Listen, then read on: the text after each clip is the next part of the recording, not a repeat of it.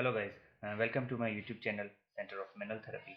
और आज हम स्टार्ट करेंगे बायोमेकेनिक्स का 7वां chapter, biomechanics of human upper extremity. ये page number 185 and the book is Susan J Hall. Coming to the last fifth जो है वो जॉइंट जो कि है स्केपुलोथोरेसिक। एक चीज़ बता दूँ, स्केपुलोथोरेसिक जॉइंट जो है वो फिजिकली एग्जिस्ट नहीं करता। स्केपुला थोरेसिक जॉइंट एक इमेजनरी जो है वो ड्रॉ किया गया है, जैसे कि नाम बता रहा है कि स्केपुला और थोरेसिक के दरमियान। तो जो मीडियल बॉर्डर ऑफ स्केपुला है और जो थोरेसिक है, या कोई भी पूरी स्केपुला और जो है थोरेसिक के दरमियान एक इमेजनरी जो है वो रिलेशनशिप शो किया गया, उसी रिलेशनशिप को इन्होंने जो है जॉइंट का नाम दिया है। अब स्केपुलो थोरेसिक जॉइंट को समझने के लिए स्केपुलो ह्यूमरल रिदम को समझना बहुत ज़रूरी है। स्केपुलो ह्यूमरल रिदम जो है वो बेसिकली एक रिलेशनशिप बताता है स्केपुला और ह्यूमरस के दरमियान। तो स्केपुलर ह्यूमरल रिदम जो है एक रिलेशनशिप शो करता है। ये कहता है कि जो मूवमेंट कोई भी रिपीट कि what is the scapular humeral rhythm. Scapular humeral rhythm एक रिलेशनशिप शो करता है between the scapular and the humerus. It means कहता क्या है, वो ये कहता है कि every movement occurring at the shoulder joint have a little और more contribution by the scapular. Means कोई भी मूवमेंट इसके शोल्डर पे हो रही हो, उसमें स्केपुला की थोड़ी या बहुत कंट्रीब्यूशन ज़्यादा है। अब वो एग्जैक्ट रिलेशनशिप क्या है उसको हम डिस्क्राइब करते हैं कि 30 डिग्री से 30 डिग्री तक कोई भी अगर एलिवेशन, फ्लेक्शन, एबडक्शन, कोई भी मूवमेंट 30 डिग्री की हो रही हो शोल्डर जॉइंट पे, उस पर जो स्केपुला की कंट्रीब्यूशन ओनली 1/5 है उसका। मतलब 30 डिग्री का 1/5 राउंड अबाउट 6 डिग्री होता है। लेकिन 30 के बाद जितना भी होगी, जितनी भी मूवमेंट होगी, जित 2 डिग्री मूवमेंट होगी, उसका 1 डिग्री पर जो है वो मूवमेंट होगी स्केपुला की। मतलब 30 के बाद 2 डिग्री तक भी अगर कोई जॉइंट मूवमेंट करता है, किसी भी शोल्डर जॉइंट में किसी भी प्लेन में कोई भी मूवमेंट हो रही हो, तो every 2 degree has 1 degree contribution by the scapula. This is the scapulo humeral rhythm.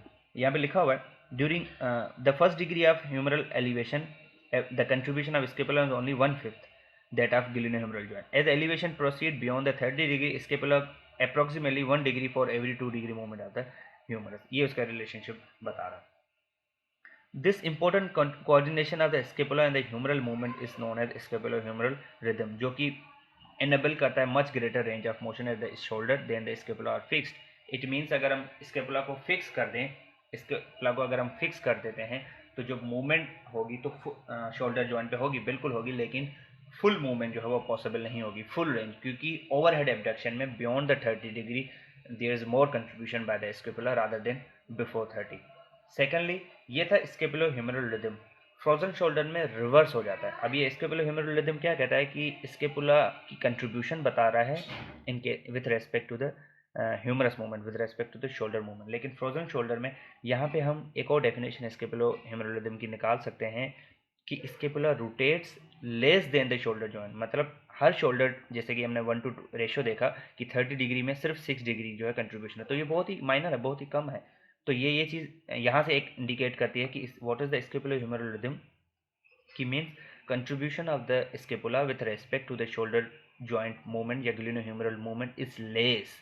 ये है स्केपुलो ह्यूमरल रिदम। लेकिन रिवर्स में क्या होता है, इसका उल्टा हो जाता है। रिवर्स स्केपुलो ह्यूमरल रिदम में क्या होता है कि scapula contributes more than the, मतलब scapula rotates, scapula moves more than the glenohumeral joint. तो ये जो रेशियो है ये उलट हो जाएगा। मतलब 30 डिग्री में जो रिलेशनशिप 6 डिग्री है वो उससे ज़्यादा हो जाएगा, 10 हो जाएगा, 12 या 15। लेकिन scapula moves more, scapula contribute more in case of shoulder movement, and this is reverse scapulohumeral rhythm, reverse scapulohumeral rhythm, SHR, scapulohumeral rhythm। और ये किस में जो है वो क्या कहना है, किसकी क्लिनिकल रिप्रेजेंटेशन है, वो बेसिकली अपना फ्रोजन शोल्डर की। फ्रोजन शोल्डर में क्या होता है कि शोल्डर जो है कम मूव करता है, स्केपुला ज़्यादा मूव करते हैं, just because of the एडहियन between the scapula and the humerus. Well, this is all about the scapulohumeral